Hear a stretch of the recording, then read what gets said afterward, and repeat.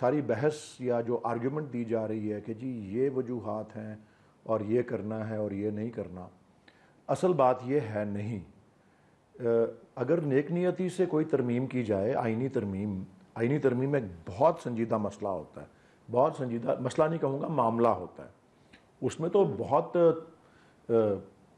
ضروری اور جسے کہتے ہیں کہ شفاف قسم کی بحث اور اس کا ڈسکلوجر اور سب باتیں ہونی چاہیے. اور آج senator Ishaq Dar deputy prime minister جو انڈر چیلنج ہے ان کا تقرر ایز فائنانس منسٹر یا جو بھی کچھ وہ ہیں اس وقت، انہوں نے کہا کہ جی نہیں، یہ اسٹریٹجی ہوتی ہے. اسٹریٹجی یہ ہوتی ہے کہ آئینی ترمیم کو خفیہ رکھا جائے اور وہ آخری منٹ پہ اس کو لا کے اسمبلی میں پیش کر دیا جائے. یہ تو کوئی سنگل پارٹی سسٹم والا کوئی کمیونسٹ کنٹری میں ایسا ہوتا ہوگا، یہاں نہیں اس طرح ہوتا. آئینی جہاں تحریری آئین ہوتے ہیں ان کے اندر ترمیم بھی بڑی ایک سنجیدہ چیز ہوتی ہے. دوسری بات یہ ہے کہ میں نے آپ کو پہلے بھی عرض کیا کہ نیک نیتی سے کوئی چیز کی جائے تو وہ ایک الگ بات ہے. اور اس میں اس گورنمنٹ کو آئے ہوئے، حالانکہ 17 سیٹوں والی پارٹی جو ہے اس کو ہم تو یہی سمجھتے ہیں کہ ان کو 90 یا کتنی سیٹیں دے دی گئی ہیں اب جو بن گئی ہیں. یہ سب کھلی واردات تھی جو 8 فروری کو ہوئی، اور یہی ان بڑی اہم سیاسی وجوہات بنتی ہیں جو ان کو اس طرف لے جا رہی ہیں کہ یہ آئینی ترمیم کریں، کیونکہ ان کو یہ پتہ ہے کہ اگر عدلیہ اس طرح سے آزاد عدلیہ یا ان کے کنٹرول میں جو عدلیہ ہے وہ نہیں ہے، وہ اگر ان کو کیسز کی سماعت شروع کر دی تو یہ کلا کما ہو جائے گا بہت کم عرصے کے اندر. بات یہ ہے کہ یہ جو آئینی ترمیم ہے، جس طرح سے اسحاق ڈار صاحب فرما رہے ہیں یا دیگر پی ایم ایل این کے لوگ فرما رہے ہیں کہ اس میں تو یہ ہے، اس میں تو یہ ہے، اسپیڈی جسٹس ہوگا، فوری انصاف ہوگا، حق میں بہتر ہوگا، اگر واقعی اتنا گڈی ہیں تو پھر جو صیغہ راز میں رکھا گیا ہے اس کا کیا مقصد ہے؟ دیکھیں کوئی صیغہ راز نہیں ہے نادیہ.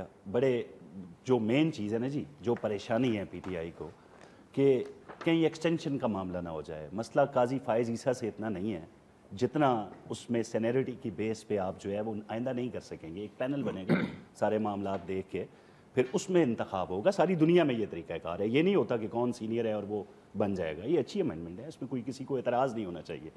سیکنڈ یہ ہے جی کہ عوام کا بھلا ہو رہا ہے نا بیچ میں. میں آپ کو بتا دیتا ہوں اس میں کیا ہے اگر ان کو نہیں پتا. کتنے کیسز التوا کا شکار ہیں سپریم کورٹ کے اندر اور سارے معاملات. اگر ججوں کی تعداد بڑھائی جا رہی ہے تو کسی کو اعتراض نہیں ہونا چاہیے اس پہ. لیکن وہ کہہ رہے ہیں اس کا ترمیم سے کوئی تعلق نہیں ہے نا، اور یہ تو قانون ہے، یہ تو بن جاتا ہے. اچھا، اعتراض وہ لوگ کر رہے ہیں. آج سے پہلے نہیں ہوا اس طرح، آئین کے اندر ترامیم نہیں ہوئی آج سے پہلے. اب تکلیف کیوں ہے، زیادہ تکلیف کیوں ہے؟ اور وہ جماعت جو ہے وہ اعتراض کر رہی ہے جنہوں نے ایک گھنٹے میں 20 اور سینکڑوں ترامیم کی ایک دن میں. سارے زمانے نے دیکھا، ہم نے دیکھا، صحافیوں نے دیکھا، وہاں پہ جو لوگ بیٹھے ہوئے تھے. تو آج ان کو اعتراض جو ہے وہ یاد آ رہا ہے. پارلیمان کی عزت کا بھی خیال ان کو آ جا رہا ہے. جی پارلیمان کی عزت ہونی چاہیے، وہاں پہ اس طرح کا کیوں؟ اسی پارلیمان کے بارے میں کیا زبان یہ لوگ استعمال نہیں کرتے تھے. پھر اب یہ کہہ رہے ہیں جی ان کے پاس نمبر پورے نہیں ہیں. اگر نہیں ہے تو خوشیاں منائیں. اس پہ بار ایک چیز if you allow me. آپ نے کہا کہ عوام کو فوری انصاف ملنا چاہیے. بالکل ملنا چاہیے. ججز کی جو آپ ریٹائرمنٹ کی عمر بڑھا رہے ہیں، اس سے اسپیڈی جسٹس کا کیا تعلق ہے کہ ہائی کورٹس کے جو ہیں وہ 62 سے 65 ہو جائیں، جو سپریم کورٹس کے ہیں وہ 65 سے 68 ان کی ہو جائے؟ اس سے اسپیڈی جسٹس کا کیا تعلق؟ پارلیمان کا استحقاق نہیں ہے، وہ نہیں بڑھا سکتے اس کو. سکتے اگر بڑھا رہے ہیں تو سب عوام کو نہ بنائیں، اس سے زیادہ بنائیں، 70 کر دیں. مجھے کیا سوال پوچھ رہی ہوں کہ اس سے فوری انصاف کا کیا تعلق ہے؟ دیکھیں وہ ایک علیحدہ ہے اور یہ ایک الگ چیز ہے. میں نے آپ کو دو چیزیں اس کا مقصد کیا ہے؟ ایک الگ چیز ہے. 65 سے 68 کرنے کا مقصد کیا ہے؟ بالکل قاضی فائز عیسیٰ نہیں ہے جو ان کو تکلیف ہے. یہ قاضی فائز عیسیٰ نہیں ہے. نہیں، آپ بھی تو وہی سوال پوچھ رہی ہیں جو میں آپ سے پوچھ رہی ہوں اپنے لیے کہ 65 سے 68 کوئی نہ کوئی ریزن ہوتا ہے نا ہر چیز کا، بغیر تو نہیں ہوتا. تو میں پوچھنا چاہ رہی ہوں کہ 65 سے 68 کیوں ہے؟ اچھا، مہذب معاشروں جن کا یہ حوالہ دیتے تھے خان صاحب، ٹھیک ہے نا جی، مہذب معاشروں کے اندر میں برطانیہ کی مثال دوں گا، آئے دن اس طرح کی ترامیم آتی ہیں.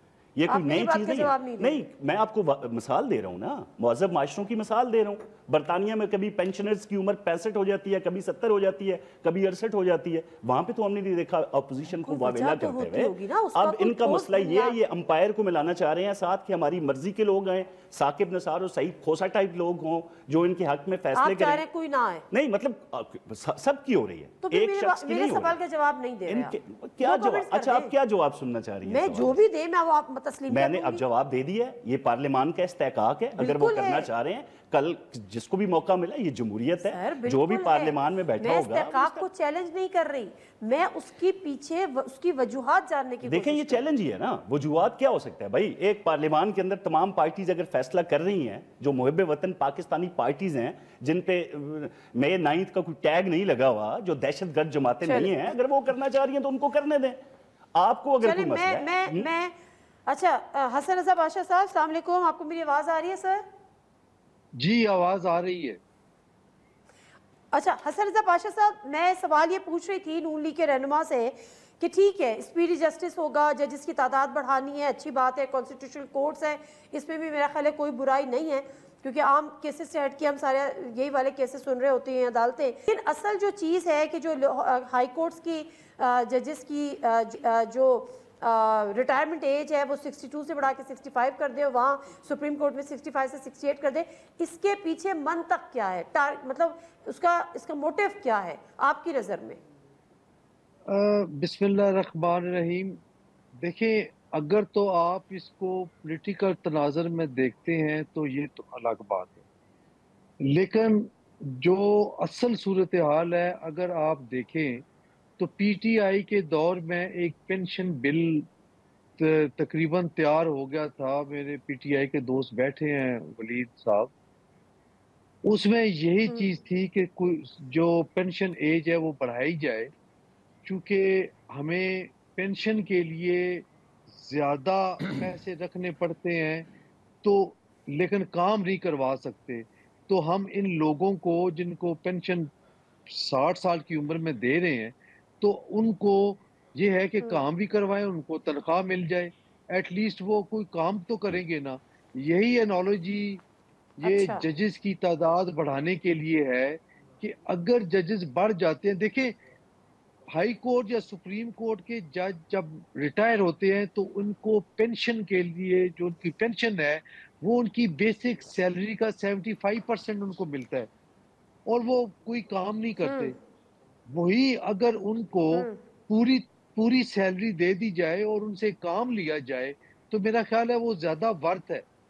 دوسری بات بڑی امپورٹنٹ ہے سر، اگر ایک طرف پیسے بچانے کی یہ جو ڈرائیو ہے، معذرت کے ساتھ اگر اس سے پیسے بچانے کی ڈرائیو ہے تو دوسری طرف تم 4 ایڈاک ججز جو پینشن بھی لیں گے اور سیلری بھی لیں گے، آپ کو پتہ ہے نا؟ نہیں، وہ بھی ہم رکھ رہے تھے کہ ان کو پینشن بھی دیں گے اور سیلری بھی دیں گے۔ ایڈاک ججز کی پینشن ایڈاک ہونے کی وجہ سے نہیں ہے، ان کی پینشن وہی ہے جو وہ لے رہے ہیں اپنی ریٹائرمنٹ کے بعد۔ یہ ذرا تھوڑا سا ذرا آپ دیکھیں۔ دوسری بات جو میں کر رہا ہوں جو بڑی امپورٹنٹ ہے وہ ہے کہ دیکھیں 60,000 cases supreme court of Pakistan میں پینڈنگ ہیں اور اب ایک ٹرینڈ سا چل گیا ہے کہ جتنے بھی کانسٹیٹیوشنل کیسز آ رہے ہیں، آپ پچھلے 1.5-2 سال کا اگر سپریم کورٹ کی ورکنگ اٹھا کے دیکھ لیں تو آپ کو 80% کانسٹیٹیوشنل کیسز میں وہ صرف ہوتا نظر آتا ہے، لیکن جو عام بندہ ہے، جو 23 کروڑ عوام ہے، ان کے جو کیسز ہیں جن میں ڈیتھ سینٹینس کے ہیں، اب آپ ذرا سوچیں کہ ایک بندہ ڈیتھ سیل میں بیٹھا ہوا اور پچھلے 10 سال سے اپنے کیس کے انتظار کر رہا ہے، اور ایک بندہ جو 12 سال یا 15 سال لائف امپریزنمنٹ کاٹ کے وہ باہر آ رہا ہے اور اس کا کیس اس کے بعد فکس ہو رہا ہے۔ تو یہ چیزیں بالکل اس میں کوئی دو رائے نہیں ہے۔ سر مجھے بریک لینا ہے، سر سوری مجھے بریک لینا ہے، میں بریک سے واپس آؤں گی، تو ذرا جو وضاحتی فیصلہ آیا ہے سپریم کورٹ کا اس پہ بھی ذرا بات کریں گے، اس کے بعد مولانا صاحب کا موڈ کیا ہے، کس کو ہاں کرنے جا رہے ہیں اور کس کو نہ، اس پہ بھی ذرا گفتگو کریں گے۔ Let me take a break.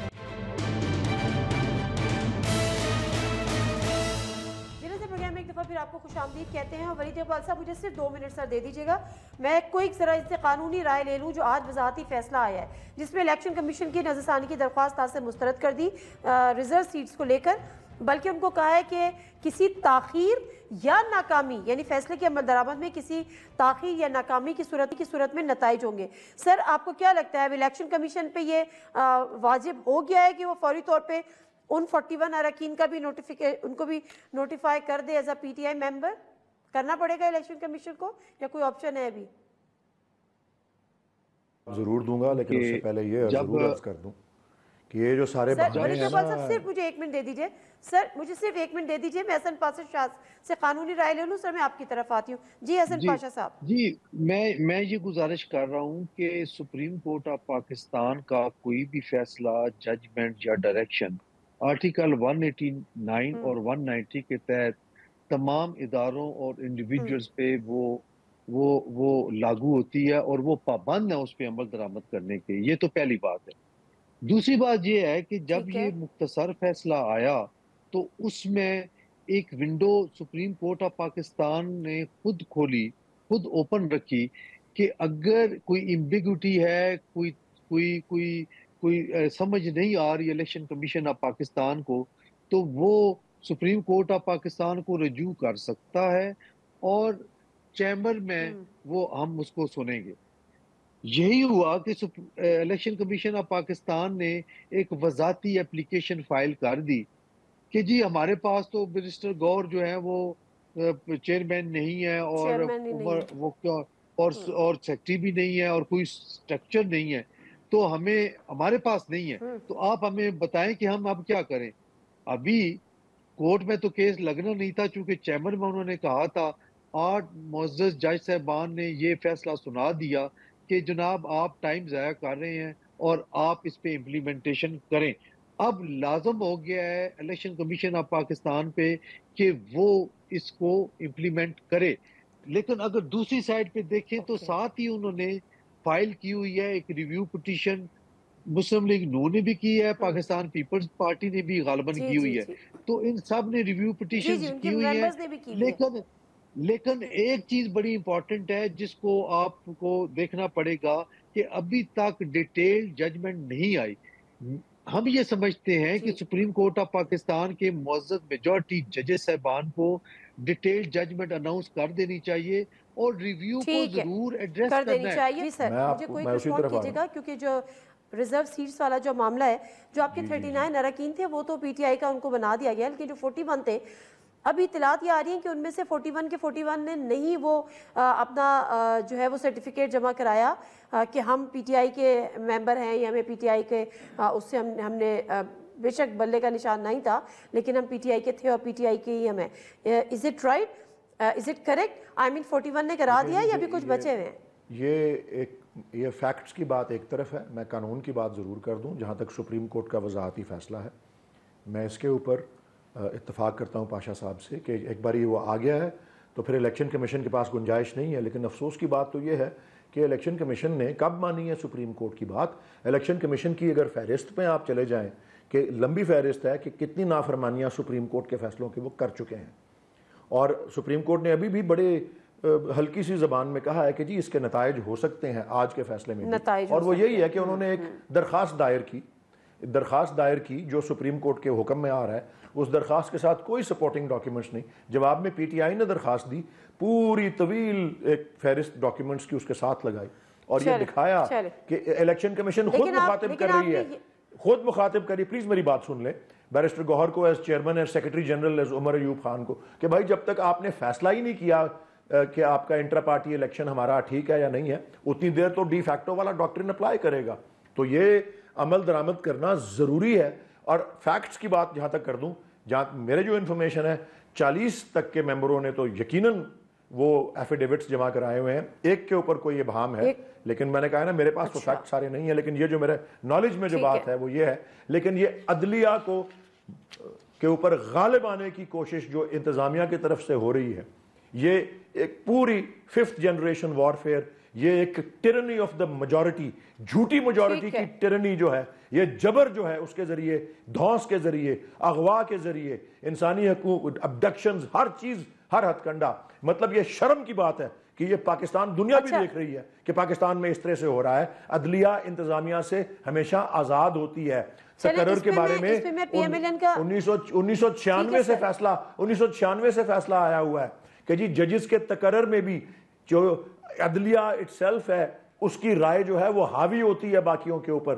یہ خواہ پارلیمنٹ ہو خواہ انتظامیہ ہو. انتظامیہ کہہ سکتی ہے کہ جی فلاں شخص کا کیریکٹر اچھا نہیں ہے, لیکن اس کی کیپیبلٹی, اس کی کمپٹنس کیا ہے, اس کا فیصلہ عدلیہ ہی کر سکتی ہے, اور عدلیہ ہی کے ذریعے وہ تقرر ہونا ضروری ہے. اس کو وہ اب کلا کما کرنا چاہ رہے ہیں. آپ ذرا فرمائیے گا کہ اب جو یہ سپریم کورٹ کا وضاحت تھی, اس سے پہلے ہم نے اختلافی نوٹ دیکھا, اس سے پہلے 12 جولائی کو فیصلہ آیا, ڈیٹیل ججمنٹ آل دو کہ ابھی تک نہیں آئی, لیکن چونکہ اختلافی نوٹ کی بھی ڈیٹیلز آ گئی تھی تو یہاں پر وہ بھی وضاحت تھی. اب اس کی ٹائمنگز کتنے امپورٹنٹ ہے, اور اب آپ اس کے لیے تیار ہیں کہ صرف 39 نہیں, اگر 41 نہیں تو 40 مزید پی ٹی آئی کے ہوں گے؟ نادیہ سب سے پہلے تو بصد احترام میں یہ گزارش کروں گا جو 8 جج صاحبان نے یہ فیصلہ دیا, کیونکہ فیصلہ اس قسم کا ہے جو ڈیٹیل ججمنٹ آئے گی اس میں یہ ضرور ہونا چاہیے کہ آج کے بعد اگر کوئی بھی جماعت جو رجسٹرڈ ہے وہ آئین سے مبرہ ہوگی, جو الیکشن کمیشن کے قوانین اور ضوابط ہیں ان سے اس کو مبرہ کیا جائے.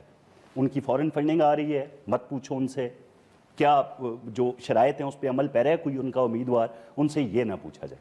اب آگے انہوں نے جو باتیں کی ہیں میں ضرور جواب دوں گا, مجھے جواب دینے دیں اس حوالے سے کہ مبالغہ رائی, جھوٹ کہ یہاں پہ ریاستی اداروں پہ الزامات لگائے جا رہے ہیں کہ لوگوں کی ماؤں بہنوں کو اغوا کیا جا رہا ہے. ایک کوئی ویڈیو ثبوت سامنے لے کے آئیں, بتائیں قوم کو کہ یہ وہ گھر ہے, یہ وہ خواتین ہیں جن کو اٹھایا گیا ہے.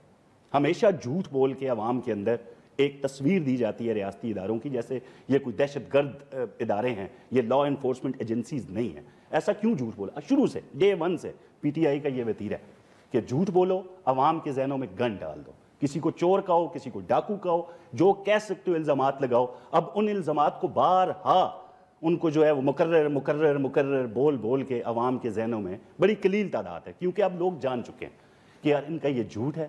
اسی نعرے پہ انہوں نے کیونکہ ایک علم بلند کیا تھا پاکستان کے لیے, اس پہ وہ پورے نہیں اترے, ان کے لوگ بے نقاب ہوئے.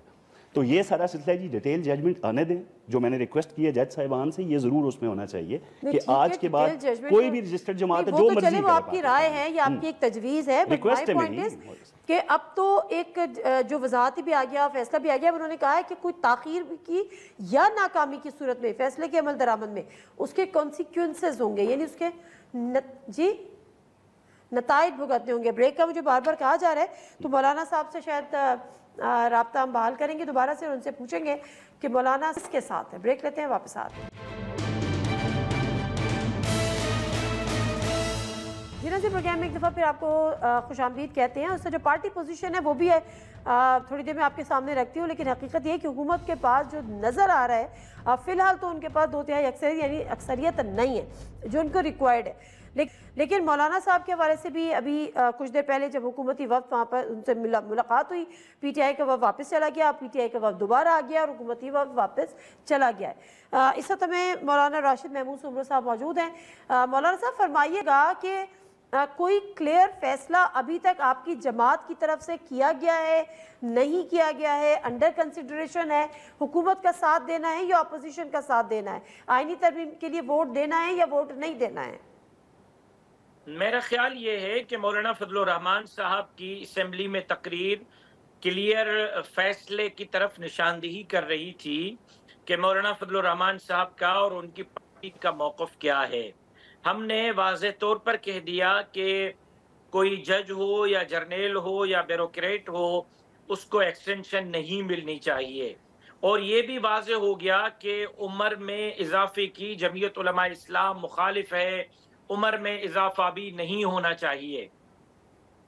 اگر کوئی بل آتا ہے کہ جس بل میں کسی ایکسٹینشن کی بات ہوتی ہے یا بل کے اندر عمر کے اضافے کی بات ہوتی ہے, تو جمعیت علماء اسلام کا فیصلہ واضح ہے کہ ہم اپوزیشن ہیں اور اپوزیشن کا کردار ادا کریں گے.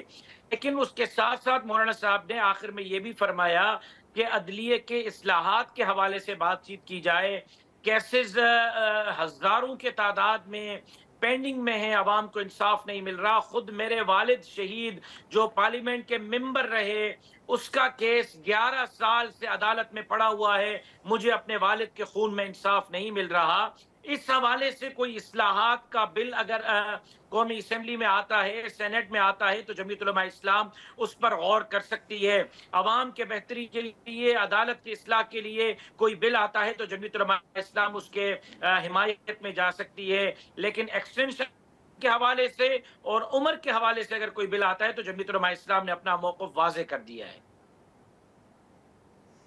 ٹھیک ہے سر، 2 منٹ رکیے گا. اب یہ فرمائے گا کوثر کاظمی صاحب کہ اگر مولانا صاحب اس پہ ساتھ نہیں دیتے حکومت کا، جو ابھی آپ کے سامنے ان کا موقف ہے، تو پھر حکومت کے پاس تو 2/3 اکثریت نہیں ہے، پھر وہ سب سے ترمیم پہلے تو کیسے میں کریں؟ وہاں سے سٹارٹ کروں گا نادیہ جہاں سے آپ نے بریک لے لی ہے. بڑی زیادتی ہوتی ہے کہ ولید صاحب نے تقریباً 3-4 منٹ بولے اور مجھے آپ نے 25 سیکنڈ دیے. یہ تو زیادتی نہیں، ایسا ہی ہے، آپ نوٹ کر لیجئے گا. انہوں نے کہا جی کہ وہ سارا معاملہ ہو گیا، سپریم کورٹ کا فیصلہ آتا ہے جی. اب آپ نے کہا جی ماننا پڑے گا الیکشن کمیشن کو. الیکشن کمیشن کی وضاحت آ چکی ہے تھوڑی دیر پہلے میں نے اپنے کسی صحافی دوستوں سے، کہ وہ تو رجسٹرڈ ہی نہیں ہے ہمارے پاس ایز اے چیئرمین، ٹھیک ہے نا جی، پی ٹی آئی کے. دوسرا میں آپ کو یہ مصدقہ اطلاع دے رہا ہوں کہ وہاں پہ جو ایفیڈیوٹ پڑے ہوئے ہیں الیکشن کمیشن میں، ان پہ جو سائن ہیں وہ بھی جعلی ہیں. ایک کے نہیں، متعدد ایسے ایفیڈیوٹ ہیں جو اراکین کو نہیں علم، لیکن وہاں پہ جعلی دستخطوں کے ساتھ موجود ہیں. تو اب کیا تصدیق کریں گے؟ دیکھیں بالکل تصدیق، الیکشن کمیشن اپنا جواب دے گا جہاں سے فیصلہ ہے، جہاں سے ان کو ڈائریکشنز دی گئی ہیں، ٹھیک ہے نا جی. مولانا فضل الرحمان صاحب کا جہاں تک تعلق ہے جی، سپریم کورٹ کی بات کر رہا ہوں، خدا نخواستہ میرا اشارہ کہیں اور نہیں ہے. مولانا صاحب کا بڑا ایک زبردست قسم کا تعلق ہے میاں نواز شریف سے، ٹھیک ہے جی. اب میں یہ سرپرائز تھا، میں آپ کو بتا دوں، مکمل طور پہ وہ رابطے میں بڑی محتاط گفتگو کی علامہ صاحب نے کہ اپنے امیر کے حوالے سے، لیکن مکمل رابطہ ہے اور انتہائی اعتماد کا اظہار وہ کر رہے ہیں میاں صاحب کی قیادت پہ اس وقت. کیونکہ مرکز ہو یا پنجاب ہو، اس کے پیچھے جو چلانے والی قوت ہے اس کا نام ہے میاں نواز شریف. تو یہ جو قوانین بن رہے ہیں، عوام کی فلاح کا منصوبہ جب آتا ہے، پتہ نہیں کیوں ان کو تکلیف ہو جاتی ہے یار. سپیڈی ایک اگر جسٹس مل رہا ہے، یہ ہیں یہ چیزیں، وہ انہوں نے بیان کر دیا. مولانا صاحب یہ کہہ رہے ہیں کہ اگر کوئی اصلاحات ہوں گی تو ہم کریں گے، لیکن کیٹیگوریکلی کہہ رہے ہیں اگر عمر میں ریٹائرمنٹ کی حد میں عمر بڑھانا، ایکسٹینشن، یہ وہ اس پہ ہم نہیں کریں گے. دیکھیں مبالغہ آرائی ہو رہی ہے نا ایک جانب سے کہ یہ صرف فرد واحد کی ایکسٹینشن کے لیے معاملہ ہو رہا ہے، جبکہ اس میں کوئی حقیقت نہیں ہے. قاضی فائز عیسیٰ نے بڑے کھلے الفاظ میں کہا تھا سی جے نے کہ ہم جو ہے، میں نہیں لے رہا ایکسٹینشن. اس کے بعد ایک ترمیم آتی ہے اس حوالے سے کہ جی عمر کی حد بڑھا رہے ہیں. پھر انہوں نے اپنے سیکرٹری کے تھرو ایک بیان جاری کیا کہ اگر سب کی عمر میں اضافہ ہو رہا ہے تو بالکل ان کو قبول کرنا چاہیے. یہ تو اس میں تو کوئی میرے خیال میں کوئی غلط بات ہے بھی نہیں ہے. تو مولانا کا جہاں تک تعلق ہے جی، میاں صاحب کے ساتھ سیاسی تعلق نہیں، ایک ذاتی تعلق ان کا بہرحال ہے، عزت و احترام کا تعلق ہے. گفتگو چل رہی ہے، یقینی طور پر وہ اس پارٹی کا ساتھ ہرگز نہیں دیں گے جس کے حوالے سے قوم کو انہوں نے بتایا ہوا ہے کہ یہ کہاں سے آپریٹ ہوتے ہیں، ان کا تعلق کہاں سے ہے اور کیا کیا معاملات اور کون لوگ ان کو سپورٹ کرتے ہیں. تو مولانا کے حوالے سے بالکل پریشانی نہیں ہے حکومت کو، بالکل وہ آئیں گے اور ساتھ دیں گے. ٹھیک ہے، مجھے ایک اور بریک کا کہا جا رہا ہے اگر حکومت کو پریشانی نہیں ہے تو اس کا مطلب ہے اپوزیشن کو پریشانی ہو جانی چاہیے، اور اپوزیشن یعنی پی ٹی آئی کی میں بات کر رہی ہوں. بریک لیتے ہیں، بریک سے واپس آتے ہیں. ولید اقبال صاحب سے پوچھیں گے کہ کیا واقعی اب اپوزیشن کے لیے یہ لمحہ فکریہ ہوگا. واپس آ رہے ہیں. جی ناظرین، پروگرام میں ایک دفعہ پھر آپ کو خوش آمدید کہتے ہیں. اور سینیٹر ولید اقبال صاحب جس سے کوثر کاظمی صاحب فرما رہے ہیں کہ جی مولانا صاحب کا ایک بڑا گہرا تعلق ہے اور مکمل طور پر وہ اعتماد کا اظہار کریں. اگر یہ ہاں ہو چکی ہے جو کہ پہلے نہ تھی، تو پھر تو اس کا مطلب ہے کہ نمبر تو ویسے ابھی بھی شارٹ ہوں گے، لیکن کہیں نہ کہیں سے کوئی نہ کوئی امید اور کوئی نہ کوئی تو اعتماد ہے جس کی وجہ سے اگر یہ ترمیم لے کر آنی تھی. تو آپ کو کیا لگ رہا ہے، آپ کی جو وفد کی ملاقات ابھی بھی خیر اس وقت بھی جاری ہے، کلیئرٹی سامنے آ جائے گی، لیکن ابھی تک کی اطلاعات کیا ہیں مولانا صاحب کے حوالے سے؟ ہم کو بھی ایز اے پارٹی یقین ہے کہ مولانا صاحب کو اندازہ ہے کہ وہ تاریخ کے کس موڑ پہ کھڑے ہیں، اور وہ جس طرح سے پہلے ہم دیکھتے آ رہے ہیں فروری اور اس سے پچھلے مہینوں میں جس طرح سے جمہوری نظام کو، جمہوری عمل کو، آئینی پروسیس کو مسخ کیا گیا، اس کی مزید تنسیخ میں وہ نہیں حصہ لیں گے. باقی میں یہ عرض کر دوں ہم پتہ نہیں کس دنیا میں رہ رہے ہیں کہ جس طرح پی ایم ایل این کی طرف سے یہ کہا جا رہا ہے کہ نہ کسی کے بچے اغوا ہو رہے ہیں، نہ کسی کے کوئی لوگ پارلیمنٹ کی اندر گھس کے نقاب پوش لوگ ڈالوں کے اندر لائٹیں وہ بجلی ڈسکنیکٹ کر کے ممبروں کو اغوا کر لیتے ہیں، اور ایون اسلام آباد ہائی کورٹ کے چیف جسٹس ہنستے ہیں اس کے کس طرح کی ایف آئی آرز ہیں کہ یہ اس طرح کا نظام چل رہا ہے. اور پھر اتنی طویل پھر میں چلا جاؤں گا فہرست ہے سیاسی کارکنوں کی، اینکرز کی، وی لاگرز کی، جن کو جو لاپتہ ہوئے، کوئی 90 دن کے بعد آ رہا ہے، کوئی 80 دن کے بعد آ رہا ہے، کوئی 100 دن کے بعد آ رہا ہے. یہ نہیں ہو رہا ہمارے ملک میں. یہ ویسے پی ٹی آئی کے دور میں اس طرح کی چیز اور اتنی وسیع پیمانے کے اوپر اور وائڈ سپریڈ اور سسٹمیٹک طریقے سے، جو کہ بائی دا وے بین الاقوامی قانون کے نیچے کرائمز اگینسٹ ہیومینٹی کے زمرے میں آتی ہے. یہ بھی تنبیہ ہونی چاہیے سب کو. کل کو کوئی پتہ نہیں کوئی یہاں سے باہر نکلے، ان کو کوئی باہر کی کورٹ جو ہے دبوچ لے. اس کو یونیورسل جورسڈکشن بھی کہا جاتا ہے. پاکستان کے اندر بہت ظلم و جبر اس کے لیول کے اندر ہم بہت، اور اسی کے تسلسل میں، اسی تواتر کے اندر یہ ترامیم بھی اسی پس منظر میں آ رہی ہیں. یہ کوئی اتنی انوکھی وہ نہیں ہے کہ جو ہمیں عوام کا خیال آ گیا کہ اتنے کیسز پینڈنگ ہیں. یہ ایک پچھلی دفعہ جو جب واقعی 2/3 اکثریت جس طرح بھی ملی تھی تو 14ویں ترمیم کرنے کی میاں نواز شریف نے کوشش کی تھی، جس کے ذریعے وہ امیر المومنین بننا چاہتے تھے کہ ریاست کے ہر ادارے کے اوپر وہ ایک شخص ہوں گے جو کنٹرول رکھتے ہوں گے. تو جس نے ڈکٹیٹروں سے ٹریننگ لی ہو وہ ڈکٹیٹر ہی بن سکتا ہے، اور کیا ہو سکتا ہے. اور یہی اسی طرف ہم جا رہے ہیں. اور افسوس یہی ہے کہ یہ جو آج نہیں بلاول صاحب کا آپ نے کلپ دکھایا، اس کی طرف تو ہم گئے ہی نہیں. وہ کتنی بے وقوفوں کی جنت کے اندر رہ رہے ہیں، کتنی بے وقوفوں کی جنت میں رہ رہے ہیں کہ عوام الف کے ساتھ ہے، وہ کہتے ہیں عوام بے کے ساتھ ہے، عوام پے کے ساتھ ہے، عوام قیدی نمبر 804 کے ساتھ نہیں ہے. او بھائی نہیں ہے اگر اس کے ساتھ تو کیوں نہیں اس کو ریلیز کر دیتے؟ اور تم تو اس کا جلسہ بھی نہیں کرنے دیتے، اتنے گھبرائے ہوئے، اتنے خوف زدہ ہو اس سے. ٹھیک ہے ولید اقبال صاحب، پیپلز پارٹی کا کوئی نہیں ہے تو میں اس پہ زیادہ ڈیٹیل نہیں جا رہی، مگر جس واقعے کی آپ یہاں پہ نشاندہی کر رہے ہیں، پارلیمان کا جو واقعہ ہوا اس پہ اسد جو ایاز صادق صاحب ہیں انہوں نے اس پر ایکشن لیا، انہوں نے کمیٹی بنائی، انہوں نے بڑا ایسٹ پروڈکشن آرڈرز ان کے جاری کیے جو وہ کر سکتے تھے ود ان کیپیسٹی. نہیں کیونکہ بڑی ذلت کی بات تھی، کیونکہ بڑی ذلت کی بات تھی پاکستان کے لیے، پاکستان کی پارلیمان کے لیے، پاکستان کے آئین کے لیے انتہائی ذلت آمیز بات تھی.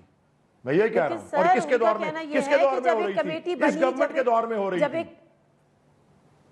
اسی لیے تو میں کہہ رہا ہوں ہمیں کہتے ہیں کہ یہ کہاں سے آیا ہے اور تم لوگ کہاں سے آئے ہو، اور تم لوگوں کے کنٹرول کرنے والے کون ہیں؟ تم کس طرح کی گورنمنٹ ہو؟ تم کس طرح کے پتلے اور پپیٹس ہو؟ ایک منٹ ولید اقبال صاحب ایک منٹ رکیے گا.